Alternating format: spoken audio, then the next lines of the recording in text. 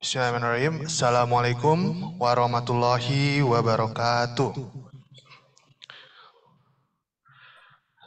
Selamat pagi, salam sejahtera bagi kita semua.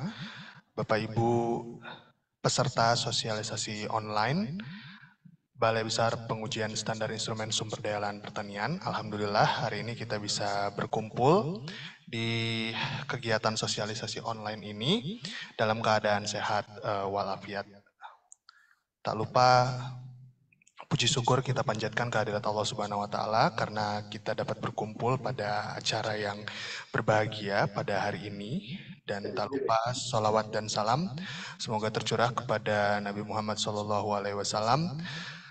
kepada keluarganya, kepada para sahabatnya, tabiin, dan semoga kepada kita semua selaku umat yang hingga akhir zaman. Amin ya rabbal alamin. Bapak Ibu semua yang kami hormati, untuk memulai sosialisasi online yang kelima, Balai Besar Pengujian Standar Instrumen Sumber Daya Lahan Pertanian dengan judul Urgensi Standarisasi, Survei dan Pemetaan Sumber Daya Lahan Pertanian. Pertama, mari kita buka dengan membaca Bismillahirrahmanirrahim, dan berikutnya saya berikan waktu kepada Bapak Angri Hervani untuk membuka acara pada pagi hari ini. Kepada Bapak Angri Hervani kami persilahkan. Baik, terima kasih Pak Adib. Izin suara saya terdengar ya Pak Adib ya? Terdengar jelas Pak. Baik, Assalamualaikum warahmatullahi wabarakatuh Bapak Ibu semua.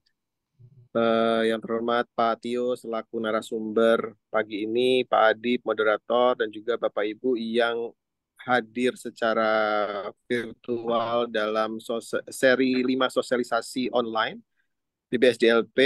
Pada kali ini tema yang diusung adalah urgensi standar survei dan pemetaan sumber daya lahan pertanian. Sebelumnya saya mohon maaf kepada Bapak Ibu sekalian karena Ibu Kepala Balai Besar Sumber Daya Lahan Pertanian, Dr. Rahmawati, sejatinya beliau berkenan untuk membuka acara ini, namun karena ada rapat di Kementerian Pertanian, sehingga beliau mendelegasikan kepada saya untuk membuka acara ini. Bapak Ibu, sosialisasi online kali ini sangat erat kaitannya dengan pemetaan yang ada di SDLP. Mungkin sama-sama kita ketahui TUSI SDLP sebagai wali data informasi geospasial tematik, kemudian kita juga mendapatkan mandat sesuai Perpres dan SK Kepala BIK terkait dengan kebijakan satu peta.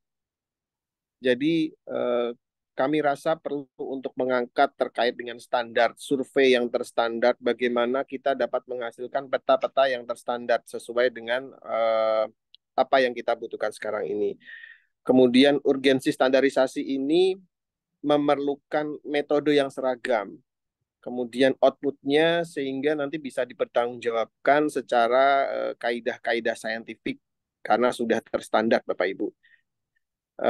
Mungkin nanti Bapak Ibu silakan menggali berbagai informasi terkait tema yang pada pagi ini akan disampaikan oleh Pak Tio. Silakan berdiskusi, nanti Pak Tio akan menjelaskan secara detail apa-apa yang menjadi tema pada pagi hari ini, dan mungkin jika waktunya tidak mencukupi atau Bapak Ibu masih ada unek-unek catatan yang masih disimpan, nanti silakan Bapak Ibu bisa menghubungi kami secara langsung baik melalui media sosial maupun ada link WhatsApp yang sudah kami siapkan nanti Bapak Ibu untuk berkomunikasi langsung kepada kami terkait dengan sumber daya lahan pertanian dan layanan-layanan yang kami miliki. Mungkin itu saja. Dengan bacaan Bismillah, kita buka acara sosialisasi seri 5 ini. Semoga memberikan manfaat dan berkah buat kita semua. Terima kasih. Assalamualaikum warahmatullahi wabarakatuh. Saya kembalikan ke Pak Adib selaku moderator. Terima kasih Pak Adib. Waalaikumsalam warahmatullahi wabarakatuh. Terima kasih banyak kepada Bapak Anggi Harpani, SPMSC, Ketua Kelompok Substansi Bidang Layanan Standar Instrumen Sumber Daya Alam Pertanian dan Perubahan Iklim Pertanian, telah membuka dan menyambut acara pada pagi hari ini. Baik Bapak Ibu semua yang kami hormati, seperti yang sudah tertera di flyer yang sudah mungkin Bapak Ibu sudah lihat, bahwa hari ini akan ada narasumber yang saat ini sudah duduk di sebelah saya, yaitu Bapak Setio Purwanto, SPMSC. Beliau hari ini akan memaparkan terkait dengan urgensi standarisasi survei dan pemetaan sumber daya lahan pertanian. Sehat, Pak Tio? Alhamdulillah ya Pak Tio. Baik, hari ini Pak Tio akan memaparkan sedikit banyak terkait dengan standarisasi mengenai survei dan pemetaan sumber daya lahan pertanian. Sebelum Pak Tio memberikan paparannya, saya akan sedikit membacakan CV dari Pak Setio Purwanto. Pak Setio merupakan lulusan sarjana dari Universitas Pajajaran, jurusan Ilmu Tanah, dan juga lulusan master dari International Master Program of Agriculture, National Chongqing University, Taiwan, pada 2021. Lalu Pak Tio ini merupakan saat ini adalah Ketua Tim Kerja Evaluasi dari Balai Besar Pengujian Standar Instrumen Sumber Daya Alam Pertanian dan merupakan pejabat fungsional analis standarisasi ahli pertama Balai Besar Pengujian Standar Instrumen Sumber Daya Alam Pertanian dari tahun 2022 sampai sekarang. Pengalaman kerja beliau merupakan asisten analis kebijakan dari kelompok penelitian sintesa kebijakan Balai Besar Litbang Sumber Daya Alam Pertanian dari 2011 sampai 2013. Lalu merupakan peneliti dan asisten manajer teknis di Laboratorium Mineralogi Tanah dari tahun 2017 sampai dengan 2022. Dan terakhir merupakan peneliti dan tim survei klasifikasi tanah dari kelompok penelitian pemetaan Balai Besar Litbang Sumber Daya Lahan Pertanian dari 2014 sampai dengan 2022. Beliau memiliki bidang keahlian di pedologi dan mineralogi tanah. Tanpa berpanjang lebar, kami berikan waktu kepada Bapak Setio Purwanto, SPMSC, untuk memberikan paparannya terkait dengan urgensi standarisasi survei dan pemetaan sumber daya lahan pertanian. Kepada Pak Setio Purwanto, SPMSC, kami persilakan Pak. Baik, terima kasih Mas Adib. Baik Bapak Ibu, suara saya terdengar ya?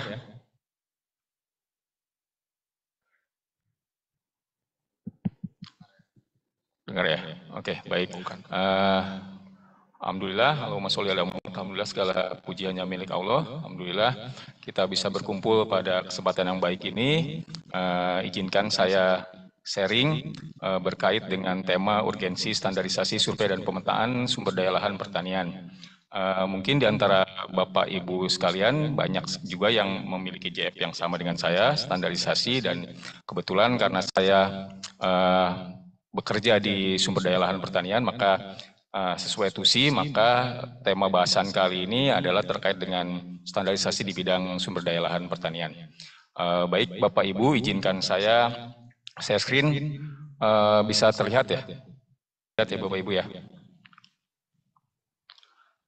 Baik, ini judul kita pagi ini seperti yang tadi saya sampaikan tentang standarisasi survei dan pemetaan di bidang sumber daya lahan pertanian.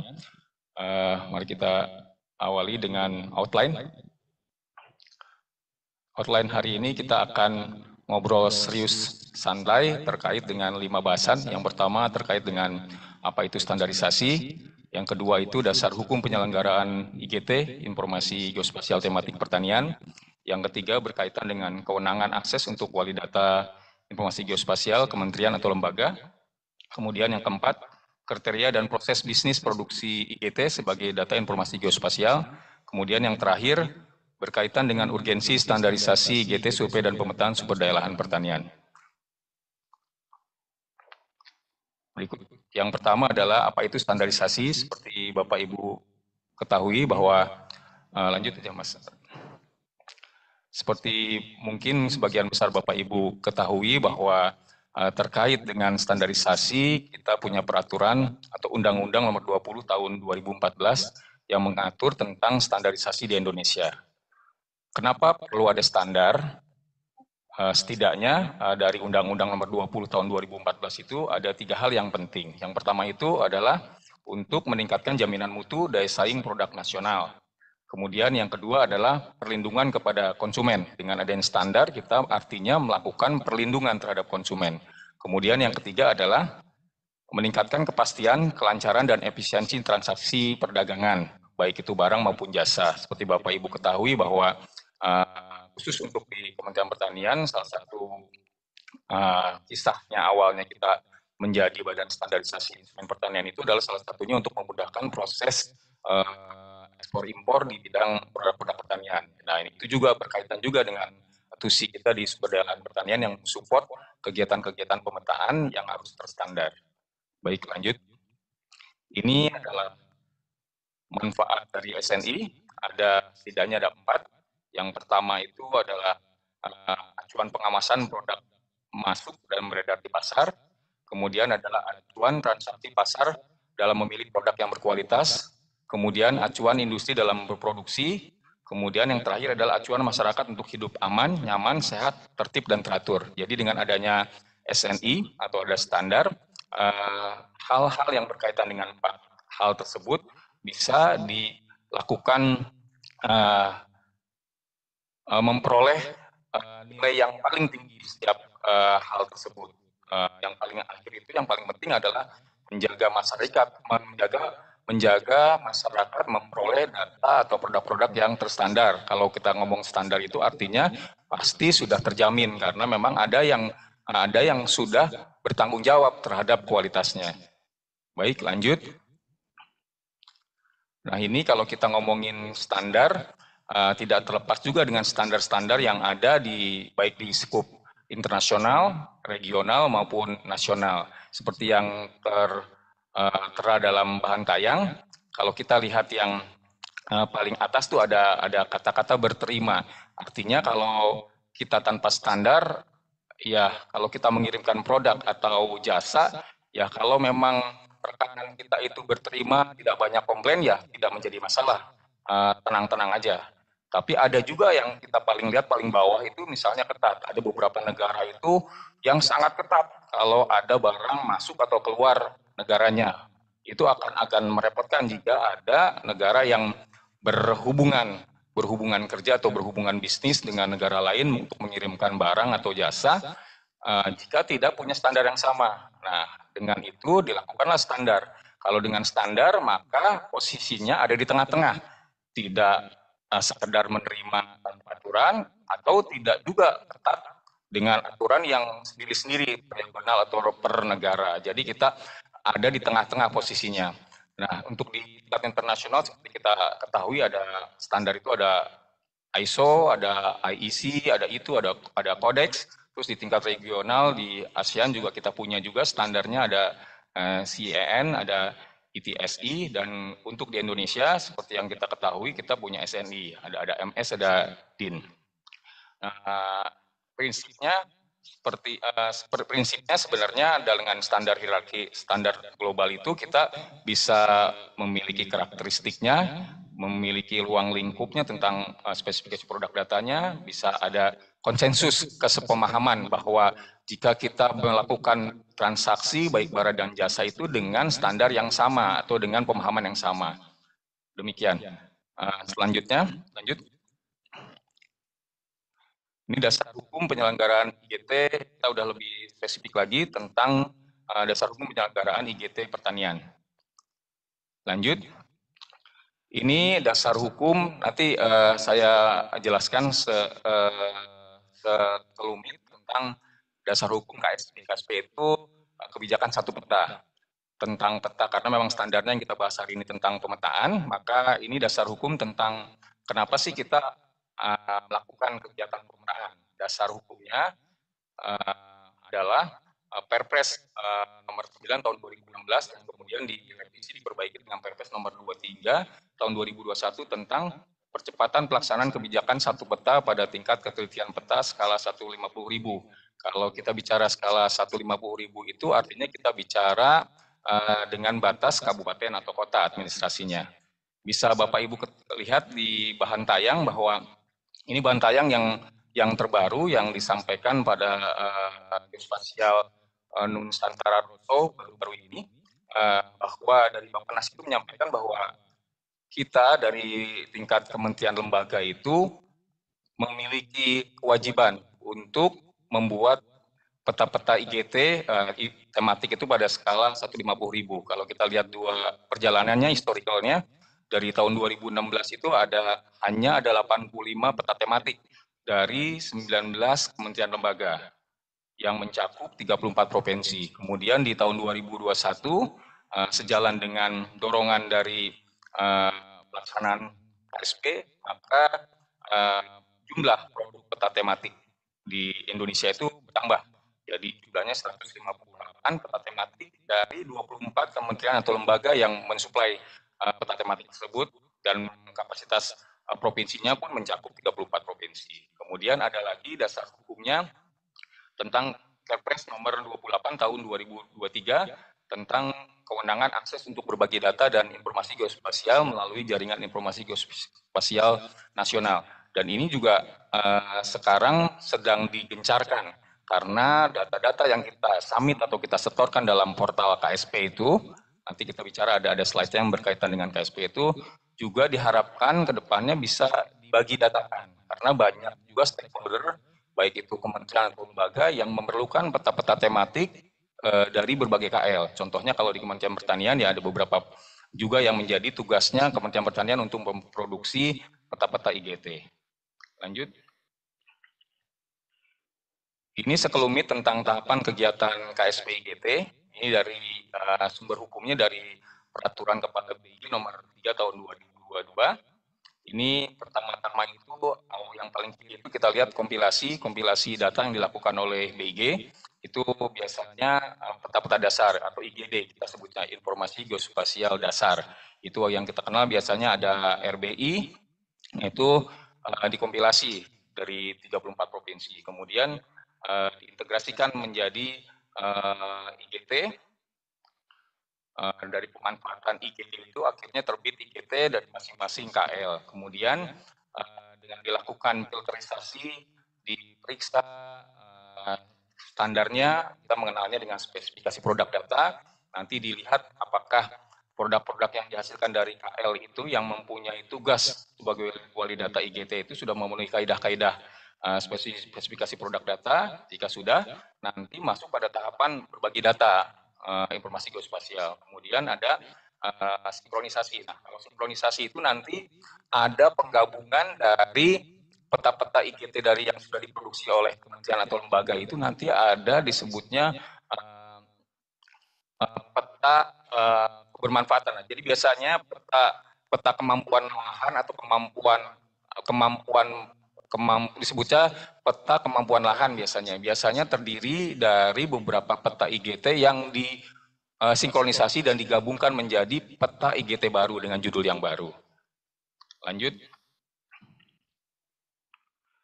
Ini adalah berdasarkan SK Kepala BIG.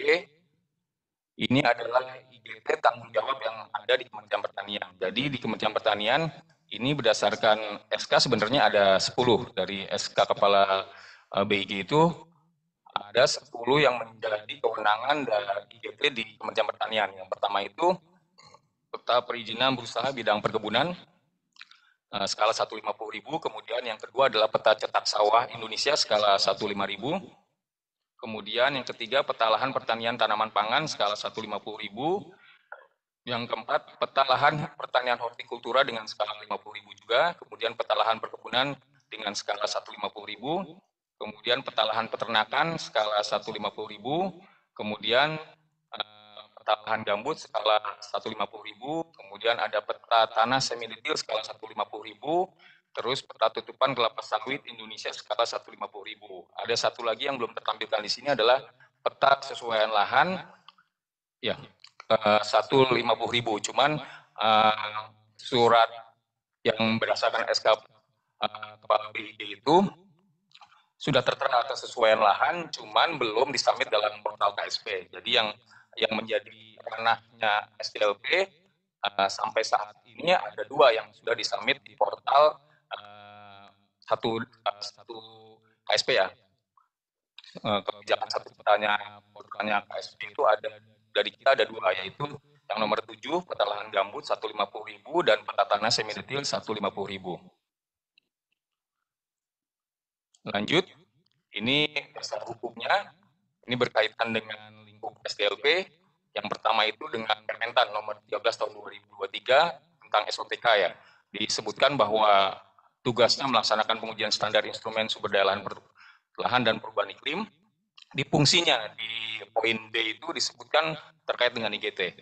Bunyinya pelaksanaan pengelolaan data dan informasi geospasial tematik pertanian. Jadi khusus untuk SDLP mempunyai 3 fungsi sebenarnya. Yang pertama melakukan kegiatan standarisasi di bidang sumber daya lahan pertanian. Yang kedua adalah memproduksi IGT bidang pertanian. Yang ketiga adalah perubahan iklim pertanian.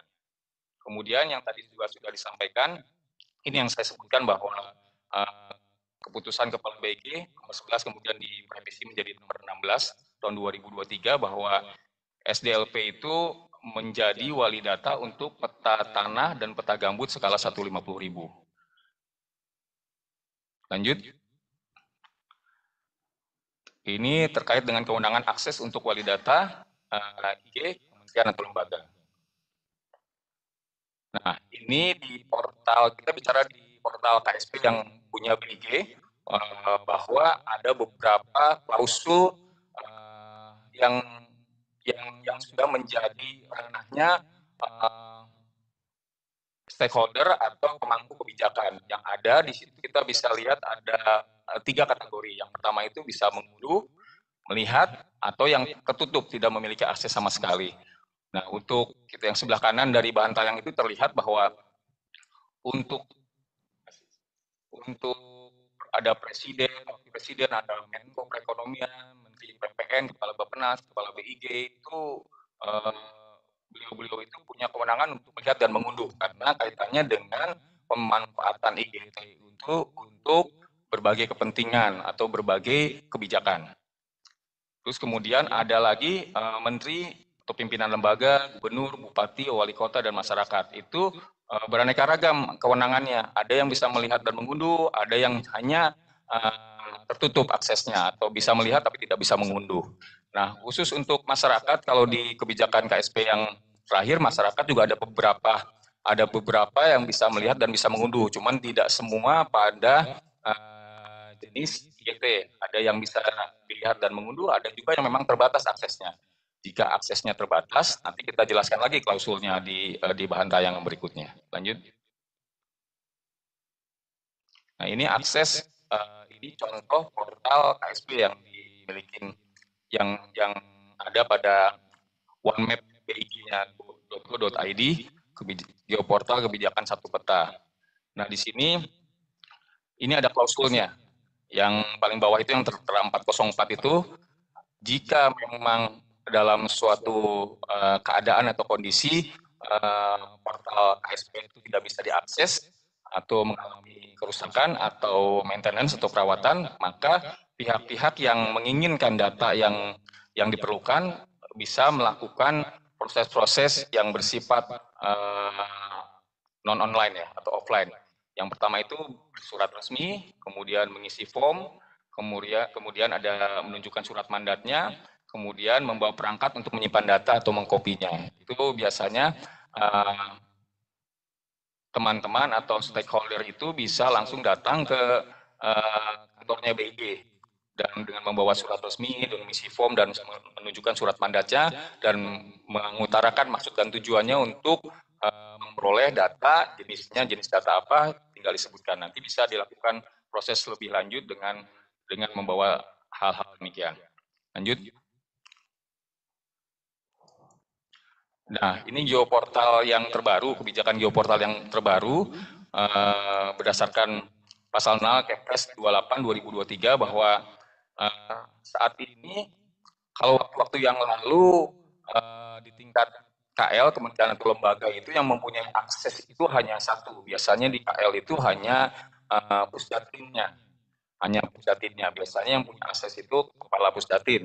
Jadi kalau Kayak contohnya misalnya SDLP mempunyai 2 IGT, peta tanah dan peta gambut, itu mempunyai tidak bisa mengakses secara langsung, tapi memerlukan aksesibilitasnya itu dari Pusdatin. Contohnya misalnya kita memerlukan data terkait dengan RBI, Rupa Bumi Indonesia misalnya, dan kita tidak bisa mengakses secara langsung, tapi kita memintakan ke Pusdatin untuk didownloadkan. Jadi nanti kita tinggal minta hasil dari Pusdatin. Tapi sekarang BIG itu membuat keputusan baru untuk memudahkan aksesibilitas. Jadi tiap KL itu sekarang diberikan mandat mempunyai 5 username untuk mengakses geoportal KSP. Dan tapi kebijakannya nanti disesuaikan siapa-siapa saja dari masing-masing produsen data yang bisa memiliki akses untuk melakukan melihat, mendownload langsung dari portalnya KSP BIG. Lanjut. Berikutnya kita akan sharing terkait dengan kriteria dan proses bisnis produksi IGT sebagai data informasi geospasial. Lanjut. Ini bisnis proses penyelenggaraan informasi geospasial berjalan. Yang pertama itu dari sisi produsen data. Kalau dulu SDLP itu sebelum ada kebijakan bahwa Pusdatin itu sebagai wali data, posisi SDLP itu dulu sebagai wali data. Tapi karena sekarang kebijakannya wali data itu di tingkat KL itu hanya 1, dan di Pusdatin di seluruh KL, maka sekarang posisi SDLP itu menjadi produsen data dalam aturan. Jadi untuk proses bisnisnya bahwa kita contohnya misalnya SDLP itu melakukan produksi data. Produksi data itu harus juga mencermati kaidah-kaidah. Yang pertama itu ada standar spesifikasi data, kemudian implementasi standar, pengembangan metode, ada pemanfaatan teknologi, ada metadata produksinya. Setelah itu data sudah diproduksi, maka kita melakukan penyetoran kepada wali datanya di setiap KL. Kalau di Kementerian Pertanian kita menyetorkan ke Pusdatinnya Kementerian Pertanian. Dan di sana mereka melakukan penyimpanan dan pengamanan serta penyebarluasan. Berikut juga melakukan submit ke portalnya KSP BIG. Nah, di situ juga ada klausul-klausulnya. Nanti mereka melakukan sinkronisasi lagi terhadap data-data itu. Apakah sudah memenuhi kaidah-kaidah yang berkaitan yang tadi saya sebutkan. Ada spesifikasi produk data, ada metadatanya, dan lain-lain. Nanti terakhir adalah penggunaan informasi geospasial. Nanti penggunaan seperti yang tadi saya sampaikan bahwa yang berkaitan dengan penggunaan itu juga nanti ada kaidah-kaidahnya, ada tujuannya untuk apa, bagaimana metode memperolehnya, terus kebutuhannya untuk berbagai kebutuhan dan sistem yang dilakukan, apa transfer data dan lain-lain itu nanti diatur oleh atau Pusdatin atau oleh sekretariat yang mengurusi portal KSP. Lanjut. Nah ini kriteria IGT. Jadi ada beberapa kriteria. Nah ini tanda yang ada keterangan ada W, ada T. Itu W artinya kriteria wajib, yang T itu kriteria tambahan. Nah ini yang disebut dengan IGT terstandar itu ada 4 poinnya. Ada 3 poinnya. Yang pertama itu datanya. Artinya wali data memiliki data berformat geospasial. Jadi yang dimasukkan ke portal KSP itu yang berkaitan dengan geospasial. Kalau ngomongin geospasial itu artinya tertelusur georeferensinya, ada koordinatnya. Kemudian ada standar.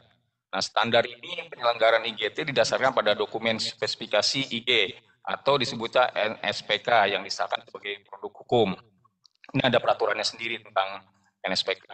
Kemudian ada implementasi standar. Nah dari produsen data itu harus wajib. Ketiga poin ini menyebutkan wajib terpenuhi nih peraturan tentang data, standar dan implementasi data. Itu harus terpenuhi. Kemudian dari itu lanjut ke IGT yang siap berbagi pakai. Nanti kalau yang siap berbagi pakai pun ada lagi kaidah-kaidah, ada kriterianya lagi. Ada tentang struktur data, kontrol kualitas, ada metadata. Cuman yang wajib itu adalah kontrol kualitas dan metadata. Yang struktur data itu menjadi kriteria tambahan. Syukur-syukur ada, tapi biasanya sih kita juga memenuhi. Contohnya untuk SDLP juga sebelum menyetorkan itu sudah melakukan standarisasi di produk-produk file-file SHP-nya yang akan di-upload ke portal KSP atau disetorkan kepada wali data ke Pusdatin. Biasanya sudah memenuhi kaidah-kaidah. Kita sebutnya biasanya KUGI. Kemudian ada lagi tentang penyebarluasan. Itu juga nanti ada mekanismenya sendiri tentang penyebarluasannya dengan proses-proses dan aturan-aturan tersendiri. Lanjut. Ini kita sekarang akan sharing terkait urgensi standarisasi IGT dan pemetaan sumber daya lahan pertanian. Nah ini sebenarnya bahan tayang ini diambil dari bahan tayang dari Geospasial National Roadshow yang terakhir dari BIG. Nah ini bahwa informasi terakhir bahwa ke depan BIG itu dituntut atau didorong oleh Bappenas untuk melakukan penyediaan peta-peta dasar atau kita sebutnya informasi geospasial dasar atau rata-rata kalau orang simpelnya itu berkaitan dengan RBI biasanya Rupa Bumi Indonesia. Nah itu dari tahun 2024 sampai targetnya 2029. Nah ini nanti BIG itu di tahun 2024 itu akan bekerja untuk menyediakan IGD yaitu peta dasar berskala besar. Skalanya itu 1/5000. Ya, untuk tahun 2024 itu akan difokuskan pada Pulau Sulawesi. Jadi nanti teman-teman mungkin ada yang dari Sulawesi siap-siap nanti memiliki sumber daya IGD berskala besar dari BIG dan itu pasti turunannya akan bermanfaat buat peta-peta tematik yang akan dibuat. Lanjut. Nah ini adalah rencana besarnya dari tahun 2024 sampai 2029. Nah ini sumber data juga nanti kaidahnya ada dua, ada yang kelas 1 itu biasanya menggunakan aksesnya atau datanya itu didasari dari hasil foto udara dan LiDAR, kemudian kalau kelas 2 dan kelas 3 itu biasanya skalanya sumbernya source-nya itu lebih rendah, biasanya CSRT dan IFSAR. Nah untuk kegiatan IGD berskala besar dari tahun 2024 sampai 2029 itu, ini breakdown-nya nih. Di 2025 sampai 2029, regionnya Kalimantan. Tadi kan kalau yang Sulawesi di 2024 ya. Kemudian di 2026 sampai 2027 tuh ada Papua, kemudian 2027 juga masih ada Maluku. Kemudian Jawa itu akan dimutakhirkan IGD-nya itu di 2027-2028, region Jawa dan Bali dan Nusa Tenggara. Kemudian di 2028 sampai 2029 terakhir tahapan kegiatan IGD berskala besar terakhir itu di Pulau Sumatera. Lanjut. Nah ini sebarannya berdasarkan tahun seperti yang tadi saya sudah sebutkan. Nanti skalanya juga ada beberapa skala, tapi yang jelas informasi terakhir itu yang diperoleh bahwa mereka akan memproduksi IGD berskala besar, RBI berskala 1/5000 itu yang sangat diperlukan untuk berbagai kepentingan di Indonesia. Lanjut. Nah ini sudah lebih detail lagi, ini beberapa cuplikan modal SDLP dalam pengembangan standar terkait survei dan pemetaan sumber daya lahan pertanian. Karena dulu kita basisnya adalah badan penelitian, maka kita sudah memiliki panduan-panduan berkaitan dengan kegiatan peta survei dan pemetaan lahan. Yang pertama itu kita memiliki petunjuk teknis klasifikasi tanah nasional, kemudian ada kunci taksonomi tanah, itu milik USDA yang sudah ditranslatekan di tahun 2014, dan sudah dirujuk secara nasional oleh perguruan tinggi dan stakeholder yang lain. Kemudian ada buku petunjuk teknis klasifikasi Landform untuk pemetaan tanah di Indonesia.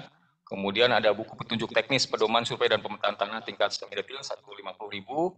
Kemudian ada juga buku petunjuk teknis evaluasi lahan untuk komoditas pertanian. Ini sebenarnya modal dasar sebelum kita beranjak menyusun SNI di bidang survei dan pemetaan. Jadi bukan tiba-tiba kita bikin SNI, tapi memang sudah dari dari kurun waktu yang panjang kita sudah memiliki dasarnya yang kuat, karena memang kalau membuat SNI di semua standar ya pasti harus memiliki dasar yang kuat, terutama salah satunya adalah basis keilmuan atau basis scientificnya. Lanjut. Ini tentang interoperabilitas data memenuhi standar data sesuai katalog unsur geografi Indonesia. Ini yang saya sebutkan dengan Kugi tadi, bahwa dalam menyusun IGT itu salah satunya ya harus mengikuti kaidah-kaidah katalog unsur geografi Indonesia yang sudah ditetapkan melalui peraturan BIG nomor 12 tahun 2013. Jadi tidak sembarangan orang menyusun IGT dan tidak sembarangan juga yang masuk ke dalam portal KSP. Jadi harus ada kaidah-kaidahnya. Baik, lanjut. Nah, ini berkaitan dengan status standar yang ada di SNI yang ada di lingkup SDLP. Yang pertama, SNI 9222 spesifikasi informasi geospasial, survei dan pemetaan tanah semi detail skala 1/10.000 ini sudah selesai dan sudah dipublish di tahun 2023 dan statusnya jelas masih berlaku karena keberlakuan itu 5 tahun, jadi masih berlaku dan ini baru sekali. Dan ini bisa saya sebutkan bahwa kegiatan SNI, kegiatan survei pemetaan untuk skala pemetaan 1/10.000 itu sangat diperlukan untuk wilayah-wilayah yang potensial dikembangkan pertaniannya. Jadi tidak semua wilayah kita petakan dalam skala 1/10.000, tapi hanya dilakukan pemetaan-pemetaan pada wilayah-wilayah yang potensial. Kemudian ada lagi SNI berkaitan dengan survei pemetaan tanah semi detail 150.000, ini ada tahun 2018. Statusnya itu dari hasil rapat kontek itu bahwa harus dikaji ulang, dan ini tahun ini untuk SNI survei dan pemetaan tanah dan SNI berkaitan dengan lahan gambut juga lagi kita finalisasi di tahun ini. Mudah-mudahan di akhir tahun sudah terbit SNI survei pemetaan tanah dan gambut skala 150.000 itu edisi revisinya. Kemudian kita juga ini belum, mungkin akan dilakukan tahun ini, mungkin jadi PNPS di tahun ini dan akan difinalisasi mungkin di tahun depan terkait dengan SNI penyusunan peta kesesuaian lahan untuk komoditas pertanian strategis semi detail skala 150.000. Itu juga karena kemarin statusnya adalah kaji ulang dari Komtek 0701. Lanjut. Nah, ini sangat detail banget. Ini berkaitan dengan spesifikasi produk data. Ini berdasarkan SNI ISO 19131 2014. Jadi SNI yang berkaitan dengan kegiatan informasi geospasial tematik harus mengikuti kaidah-kaidah ini. Ada kurang lebih ada sekitar 12 ya. Ada 12. Nih, di poin yang kedua itu disebutkan standar dan atau spesifikasi data dan informasi geospasial berdasarkan SNI 19131 memuat 12 elemen. Jadi dalam menyusun SNI yang berkaitan dengan informasi geospasial, kita ada 12 elemen, atau kita mudahnya menyebutnya ada chapternya. Ada chapternya yang harus kita jelaskan dalam SNI itu, yang mulai dari gambaran umum, kemudian ada ruang lingkup spesifikasi, kemudian lanjut. Nah, ini ada identifikasi produk data. Nah, ini dari yang identifikasi produk data itu nih berdasarkan SNI ISO juga kita ada panduannya. Itu kategori atau klasifikasi data spasial terdiri dari 21 kategori topik mulai dari pertanian sampai dengan bencana. Jadi kita harus menyebutkan juga bahwa produk data kita setelah diidentifikasi itu masuk ranah yang mana. Tentunya kalau untuk kita masuk ranah pertanian. Terus ada juga berkaitan dengan pemerolehan data. Informasi tentang cara, metode, dan tahapan-tahapan teknis tentang cara pemerolehan datanya. Dalam hal survei dan pemetaan tanah, SNI yang punya SDLP itu mengenai metode survei dan pemetaannya. Kemudian lanjut, ada juga chapter isi dan struktur data. Ini juga diatur, dibahas dalam SNI, kemudian ada sistem referensi. Ini sistem referensi juga penting di SNI yang berkaitan dengan geospasial. Sistem referensi spasial yang digunakan dalam produk data wajib mengacu pada sistem referensi spasial Indonesia. Jadi ada sistemnya yang sudah harus dirujuk. Kemudian ada kualitas data, juga disebutkan tentang kualitas datanya. Ada salah satunya tuh ada yang saya ingat tuh ada konsistensi logis, ada akuran posisi, akurasi temporal, dan sampai akurasi tematik itu harus kita jelaskan dalam SNI kita. Kemudian ada juga tentang chapter pengiriman produk data. Ini juga bagaimana prosesnya pengirimannya itu sampai ke tangan wali data atau sampai ke portalnya KSP atau sampai ke pengguna itu bagaimana prosesnya dan bagaimana jenis datanya. Terus yang berikutnya adalah metadata. Itu metadata juga disampaikan dalam SNI yang berkaitan dengan geospasial. Metadatanya itu bunyinya kurang lebih bahwa apa saja yang dipergunakan untuk menghasilkan misalnya peta tanah, peta gambut, itu apa saja data-datanya, misalnya kita sebutkan ada RBI-nya, terus sistem referensinya bagaimana, itu harus disampaikan. Jadi nanti bisa menjadi rujukan pihak-pihak yang akan memproduksi peta tanah atau peta gambut serupa yang dilakukan oleh SDLP. Ini ada juga terkait dengan pemeliharaan data, kemudian ada penyajian, terus ada informasi tambahan. Nah, berikutnya ini kita sampaikan perbedaan skala pemetaan menentukan metode pada perolehan data. Nah, jadi tingkat skala pemetaan itu juga akan menghasilkan produk yang berbeda. Contoh misalnya nanti ada ditampilkan di slide berikutnya tentang bagan alir pemetaan. Perbedaan antara SNI 9222 yang pemetaan SNI pemetaan skala 110.000 itu pemetaan tanah itu dengan pemetaan tanah yang 150.000 itu ada perbedaan.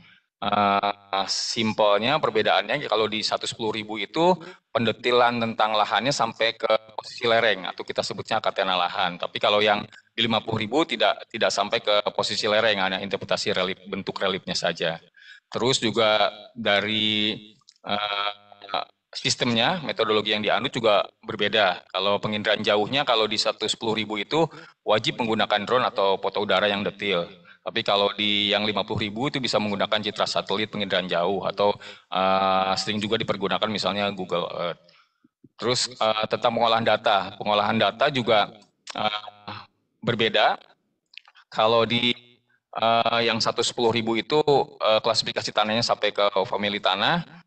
Kalau di 50.000 sampai ke jenis tanah. Terus hasilnya, outputnya, kalau kita melihat peta tanah yang dari SDLP itu, kalau 50.000 itu jenis tanahnya tuh ada 3 jenis karena kita melakukan sistem proporsi. Jadi proporsinya ada yang predominan, ada yang minor, ada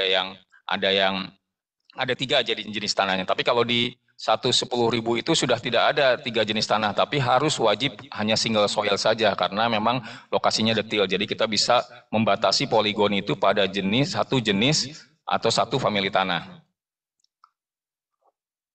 Nah, ini yang tadi saya sampaikan bahwa diagram alirnya untuk pemetaan 110.000 dan 150.000 itu berbeda. Jika Bapak Ibu mengamati di bagian survei tanah, maka terlihat perbedaannya. Seperti yang saya sebutkan tadi, di 110.000 yang di sebelah kiri itu ada pengambilan foto udara, dan sedangkan atau kita pakai drone, sedangkan di 50.000 itu tidak menyebutkan hal tersebut. Itu yang paling krusial perbedaannya di bagian diagram alir. Lanjut. Nah, ini juga perbedaan spesifikasi ada di dalam SNI kita juga memiliki subchapter yang kita sebutnya IKI atau Indeks Kekayaan Informasi. Nah, ini sangat penting sekali untuk Bapak Ibu yang bergerak di bidang survei pemetaan. Jadi kita sudah menyusun bagaimana sih kualitas output dari peta-peta yang dihasilkan, baik itu yang dilakukan SDLP maupun dilakukan pihak-pihak atau konsultan yang melakukan kegiatan sejenis pemetaan tanah dan gambut. Nah, ini kenapa kita bikinkan detail seperti ini? Misalnya kita bagi indeks kekayaan informasi itu ada yang berskala rendah, sedang, sampai tinggi. Ini tidak lain untuk melindungi konsumen. Jadi konsumen yang umpamanya misalnya mengorder kegiatan pemetaan pada konsultan. Nanti Bapak Ibu atau teman-teman yang mengorder itu bisa melihat kualitas peta itu sejauh apa dengan biaya yang sudah dikeluarkan, apakah worth it atau tidak, dan bagaimana tingkat kualitasnya. Karena kita sudah menentukan ada beberapa hal yang menjadi titik tekannya, misalnya ketersediaan data dukung. Terus nanti ada jumlah data pengamatan lapang. Misalnya jumlah pengamatan lapangnya ada berapa? Ada 10. Akan berbeda. Misalnya jumlah pengamatannya yang 10 dengan yang 100, nilai indeks kekayaan informasinya akan berbeda. Semakin banyak datanya, artinya semakin kualitas output pemetaannya semakin tinggi. Juga ada juga data hasil analisanya. Dari sekian banyak data yang dipakai untuk melakukan analisa, berapa jumlah analisanya? Karena semakin banyak data yang dilakukan analisanya, artinya penampilan peta atau output informasi yang ada di peta itu ya akan memiliki standaran saintifiknya dengan hasil dari data analisa. Kemudian ada distribusi sebaran. Apakah sebaran titik pengamatannya dalam satu, misalnya kita ngomongin skala pemetaan 150.000 yang lokasinya cukup luas, apakah data pengamatannya terkumpul di satu sisi saja atau terdistribusi pada beberapa jenis bentang lahan? Itu juga akan berbeda. Terus kemudian yang terakhir adalah tinjauan ahli. Siapa ahli yang melakukan tinjauan tentang output petanya? Apakah orang-orang yang sudah capable di bidangnya atau orang-orang yang sama sekali tidak paham? Nanti itu akan dilakukan pembobotan, akan memiliki nilai sendiri. Kalau nilainya masuk ke ranah yang mana? Ke rendah, sedang, atau tinggi. Itu sebenarnya untuk melindungi customer yang bergerak di bidang pemetaan. Lanjut. Nah, ini bagian terakhir saya pikir tentang manfaat informasi geospasial. Yang pertama itu untuk perencanaan. Nah, seperti yang Bapak Ibu ketahui bahwa skala pemetaan 150.000 itu biasanya untuk perencanaan mendukung perencanaan pembangunan di wilayah kabupaten kota. Nah, tapi kalau untuk 10.000 itu lebih ke arah operasional. Contohnya misalnya pembukaan kebun, itu harus lebih spesifik, tidak bisa menggunakan skala pemetaan yang 150.000. Jika Bapak Ibu ingin membuka kebun atau misalnya melakukan precision farming pada wilayah-wilayah budidaya pertanian, itu petanya harus 110.000, karena kalau 110.000 itu berkaitan dengan pemanfaatan di tahap operasional. Jadi kalau di 150.000 itu baru pada tahap perencanaan. Kemudian ada pemantauan, memantau perubahan dan perkembangan kondisi lahan pertanian. Kemudian manfaat yang ketiga, pengambilan keputusan, membantu pengambilan keputusan yang lebih tepat dan efektif. Yang keempat, evaluasi, mengevaluasi capaian dan dampak dari program-program pertanian. Ini pemanfaatan data IGT tanah. Jadi dari hasil IGT tanah, ya kalau singkatnya peta tanah atau peta gambut, ini beberapa hal yang bisa di breakdown dari atau bisa diperas dari informasi yang ada di peta tanah atau peta gambut. Yang pertama itu IGT lokasi usaha tani, kemudian ada IGT kesesuaian lahan untuk komoditas pertanian spesifik, seperti saya tadi sampaikan, kemudian ada perwilayahan komoditas pertanian, kemudian ada pengendalian erosi lahan pertanian, kemudian ada penataan irigasi lahan pertanian, seperti yang misalnya SAD DED, cuman harus dalam skala yang besar dan lebih detail. Kemudian IGT sifat-sifat tanah, misalnya berdasarkan parameternya, misalnya pH-nya, karbonnya, kapasitas tukar kationnya, dan lain-lain. Kemudian ada lahan-lahan kritis. Itu saja mungkin yang bisa disampaikan Bapak Ibu. Silakan, mangga jika ada pertanyaan, saran, masukan, bisa kita diskusikan. Terima kasih. Baik, luar biasa Pak Setio atas paparannya. Sudah sangat banyak hal yang tadi disampaikan oleh Pak Tio, mulai dari apa itu standarisasi, sampai dengan tadi terkait dengan urgensi standarisasi, sampai dengan pemanfaatannya. Bahwa standarisasi untuk survei dan pemetaan ini sangat penting, di mana ternyata terkait dengan informasi geospasial di skala nasional, BIG juga sudah tadi dijelaskan membuat terkait dengan informasi geospasial dasar yang lebih besar, sehingga itu juga menjadi acuan kita bahwa untuk pemetaan tanah, kita juga memiliki urgensi untuk membuat dalam skala lebih besar mungkin pada tempat-tempat yang lebih spesifik untuk pertanian. Terima kasih Pak Tio atas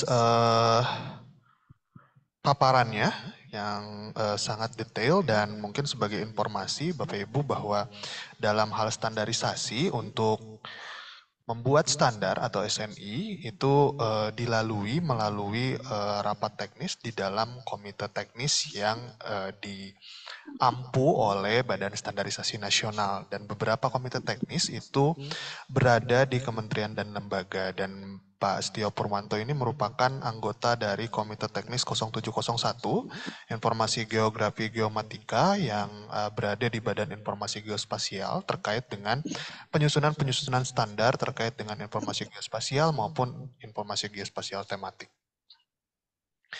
Baik Bapak Ibu, kita akan lanjut ke sesi berikutnya, yaitu sesi terkait dengan pertanyaan maupun juga masukan. Mungkin saya berikan dulu floor kepada penanya termin pertama untuk 3 pertanyaan secara langsung terlebih dahulu.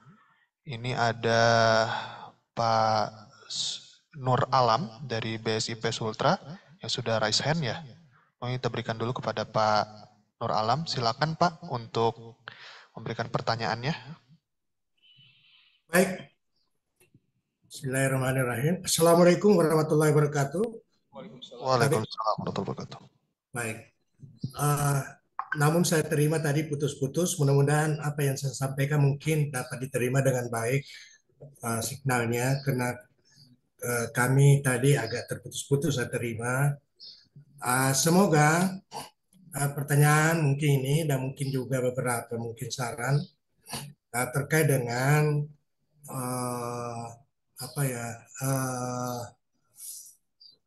mengenai sosialisasi terkait pemetaan ya. Terus, banyak sudah saya tangkap tadi dari narasumber terkait dengan pemetaan ini, khususnya di bidang pertanian. Nah, kami pernah mendapat juga kasus di lapangan ya terkait dengan ini. Pertanyaan saya begini, apakah dengan model atau sistem pemetaan ini bisa menjadi rujukan di dalam pengembangan suatu proyek atau suatu perencanaan pembangunan pertanian di suatu wilayah yang tidak bersentuhan dan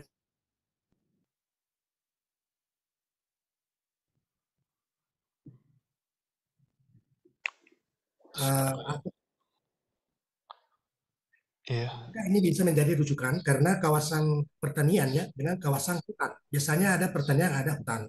Nah, bagaimana menyikapi ini, Pak? Menyikapi bahwa tidak bersentuhan, bahwa itu tidak mengganggu kawasan kehutanan. Apakah ini bisa menjadi rujukan? Nah, itu yang kadang kami sering mendapat di lapangan. Selaku. Baik, saya Nur Alam, sebelumnya maaf, saya Nur Alam, BSIP Sulawesi Tenggara. Kebetulan kami mengikuti kemarin juga kerjasama tim dalam iCare ya, kerjasama dengan Bank Dunia, dan ini selalu menjadi momok ini, selalu menjadi momok sehingga kami ingin. Dan yang kedua, apakah dalam hal kelibatan konsultan di dalam hal ini melibatkan juga konsultan dari kehutanan, bukan cuma konsultan dari pertanian, katakanlah begitu, yang terkait dengan pemetaan. Nah, kami tidak tahu lebih jauh, tetapi kulit luarnya kami hanya bisa mungkin melihat dari sisi itu. Itu yang menjadi. Nah, terus ketiga, saya tadi terkait dengan perbandingan 1:50 skalanya dengan 1:10, lebih operasional. Nah, kalau ini bisa diterapkan 1:10.000, 1:10.000 ya, lebih karena lebih operasionalnya lebih ini. Nah, ini mestinya kira-kira kalau di program di perencanaan, andaikan ini program perencanaan menjadi tawaran ya, benda atau di mana saja ya yang menjadi kawasan, nah itu bagaimana prosedurnya? Nah, kira-kira bagaimana untuk bisa mengajukan suatu proyek untuk pemetaan ini 1:10.000 itu, karena kalau 150.000 banding 50.000 itu mengenai terkait dengan perencanaan dan kebijakan. Tapi kalau segi 1:10.000 gimana itu Pak? Baik, terima kasih banyak untuk sementara, demikian Pak. Assalamualaikum warahmatullahi wabarakatuh. Waalaikumsalam warahmatullahi wabarakatuh. Baik. Terima kasih Pak Nur Alam atas pertanyaannya. Mungkin nanti akan saya summary ke Pak Tio untuk langsung jawab. Saya buka tadi untuk satu termin dulu untuk 3 penanya. Tadi sudah Pak Nur Alam, ada 2 penanya lagi. Silakan Bapak Ibu, jika ada yang ingin bertanya.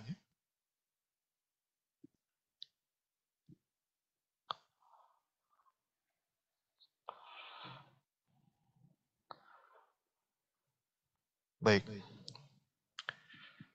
Kita hold dulu untuk yang di chat. Untuk yang bertanya secara langsung terlebih dahulu, mungkin ada yang raise hand atau tidak? Oke.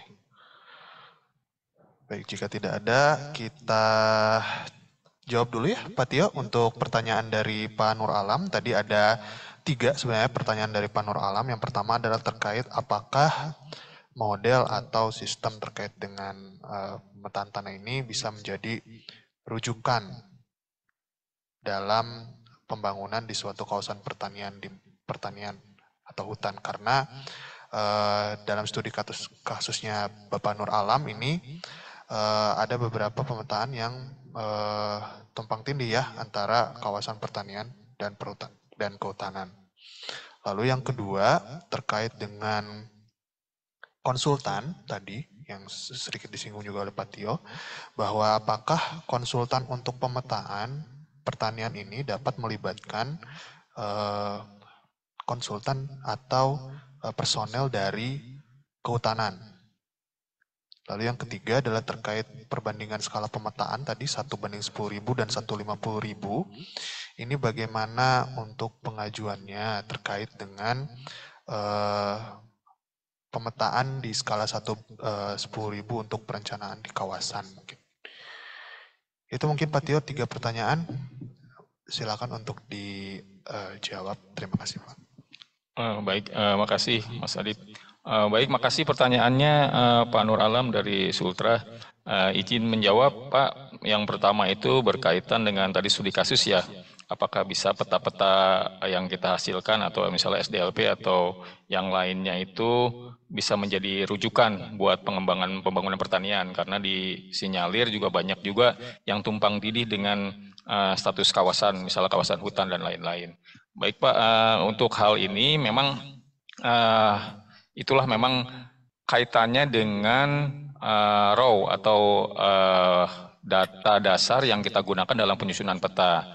Nah, seringkali kalau dalam proses penyusunan peta, contohnya misalnya peta tanah dan peta gambut, kita mendasari pemetaan itu atau menarik batas-batas wilayah itu menggunakan data-data dasar yang kita overlaykan dari berbagai sumber. Yang pertama itu untuk batas administrasi kita misalnya pakai RBI, terus ada ada juga tentang status lahannya yang kita land use-nya, misal dari ATR BPN, dan ada misalnya dari status KLHK.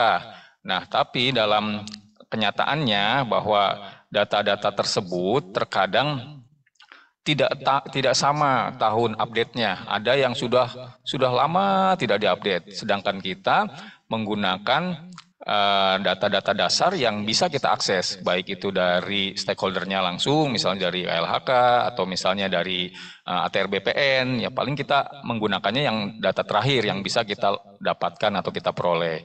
Nah, memang sering terjadi juga bahwa hasil peta yang misalnya kita lakukan ada yang pas kita cek di lapangan itu statusnya masuk ke status lain atau misalnya penggunaan lain atau misalnya kawasan hutan. Tapi itu bukan bagian yang disengaja sebenarnya. Tapi kalau kita melakukan prosedurnya, biasanya kita sudah akan mengeluarkan status-status atau wilayah-wilayah yang masuk dalam kawasan hutan. Pasti kita tidak akan pergunakan karena memang kita mengetahuinya masing-masing. Memang kalau kawasan itu tidak bisa dipergunakan untuk kegiatan pertanian. Memang pasti selalu kita keluarkan. Contohnya misalnya kita melakukan kegiatan pemetaan untuk pengembangan food estate. Nah, yang misalnya ada Menko Perekonomian yang menjadi leadernya, itu biasanya kita diawali dengan mensetor data-data atau IGT dari masing-masing KL. Jadi nanti Menko Perekonomian atau Menko Ekon itu sebagai leadernya akan mentapis. Misalnya data dari kita masuk data tanahnya, peta tanahnya, SAP-nya. Nanti dari ATR BPN, dari KLHK itu dimasukkan. Nanti ditapis, dihasilkan area of interest yang tidak ada masalahnya. Atau misalnya contohnya tidak masuk kawasan dan lain-lain yang tidak tidak boleh dipergunakan untuk kepentingan di luar konservasi. Itu biasanya seperti itu tahapannya. Tapi untuk kegiatan-kegiatan rutin yang kita lakukan tentang pemetaan tanah dan gambut, biasanya kita mendasarkan pada peta-peta yang kita bisa akses saja. Jika ada kesalahan di lapang, ya biasanya disebabkan karena perbedaan tahun update-nya saja. Jadi ada batas-batas yang masih masuk ke kawasan tersebut. Itu sih pengalamannya. Dan terus yang mudah-mudahan bisa menjawab, Pak. Terus yang kedua terkait dengan konsultan. Apakah bisa melibatkan konsultan? Ya sebenarnya kalau kegiatannya kolaborasi ya bisa saja, tapi sejauh ini biasanya kita kalau menyusun peta-peta tanah dan gambut itu khusus untuk misalnya peta tanah, kita nggak ada interaksi langsung dengan KLHK, pada paling kita menggunakan data-data yang kita pergunakan untuk membatasi poligon-poligon tanahnya. Kita pergunakan data-data yang dari ATR BPN atau KLHK. Tapi untuk khusus peta-peta gambut, kita memang kalau SDLP itu menjadi salah satu partner atau rekan kerjanya dari KLHK untuk menentukan batas-batas tanah gambut. Dan itu memang kita mendapatkan data-datanya detail dari KLHK untuk kegiatan-kegiatan pemetaan gambut. Karena memang kita menjadi rekanan dari KLHK. Terus berkaitan dengan prosedur ya Pak ya, kalau kita memang Bapak tertarik dengan pemetaan misalnya 10.000 itu bagaimana prosedurnya, karena memang tujuannya untuk skala operasional. Kalau memang seperti itu, kalau commonnya itu sih biasanya kalau kegiatan-kegiatan itu dilayangkan saja suratnya Pak, karena untuk output yang 110.000 itu kita belum punya Pak. Pemetaan kita outputnya itu baru 150.000, ada juga 125.000 itu wilayah perbatasan. Jadi karena tadi saya sebutkan bahwa 110.000 itu memang khusus spesifik pada wilayah-wilayah yang berpotensi untuk dikembangkan, dan itu yang bisa dikembalikan ke masing-masing stakeholder atau masing-masing kabupaten kota atau masing-masing yang ingin mengembangkan wilayahnya untuk melakukan pemetaan yang skala 110.000. Prosedurnya bisa kalau dengan SDLP ya bisa dilakukan surat menyurat Pak, permohonan kerjasama kegiatan pemetaan 110.000 misalnya buat pengembangan komoditas tertentu, kan sekarang lagi rame-ramenya misalnya pengembangan 1-2 komoditas, misalnya contoh misalnya kegiatan-kegiatan iCare itu bisa dilakukan kerjasama yang lebih detail Pak. Tapi untuk konsultan ya Bapak bisa mungkin langsung hire konsultannya, tapi ya nanti Bapak pakai panduannya SNI pemetaan yang 110.000, jadi outputnya Bapak menghasilkan output yang benar-benar terstandar, jadi sesuai worth it apa yang dikeluarkan budgetnya, sesuai dengan output yang dihasilkan. Karena kalau tidak seperti itu nanti biasanya harganya mahal, budgetnya besar, tapi outputnya rendah. Itu yang tadi saya sebutkan dalam informasi kekayaan informasinya. Seperti itu Pak sementara jawabannya. Terima kasih Pak. Baik, terima kasih Pak Setio atas jawabannya. Mudah-mudahan menjawab Pak Nur Alam ya. Baik, terima kasih Pak. Siap. Baik. Bagus, baik sekali Pak. Siap, mudah diterima Pak. Assalamualaikum. Siap. Baik, terima kasih Bapak Nur Alam. Waalaikumsalam. Baik, Bapak Ibu, kita lanjutkan kepada termin kedua untuk pertanyaan secara langsung dulu. Ada yang ingin bertanya untuk sesi kedua ini? Silakan Bapak Ibu yang ada di Zoom. Alhamdulillah ini ada kalau di sini kita lihat ada 100 peserta, Pak Tio. Mungkin ada yang ingin bertanya, sekaligus mungkin ingin memberikan saran juga tidak masalah, rekomendasi dan lain sebagainya kepada kami yang ada di SDLP.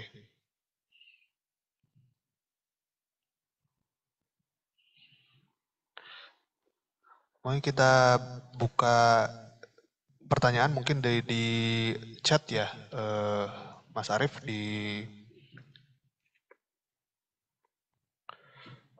chat. Baik, ini dari Bapak Nurfianto Giar Pangidung. Ada 2 pertanyaan, Pak Setio. Ini dari Pak Nurfianto. Izin bertanya, 1, bagaimana peraturan dan standar pemetaan menggunakan drone atau UAV, serta penggunaannya yang sekarang beberapa petani di berbagai daerah menggunakan drone untuk pemupukan dan penyemprotan pestisida.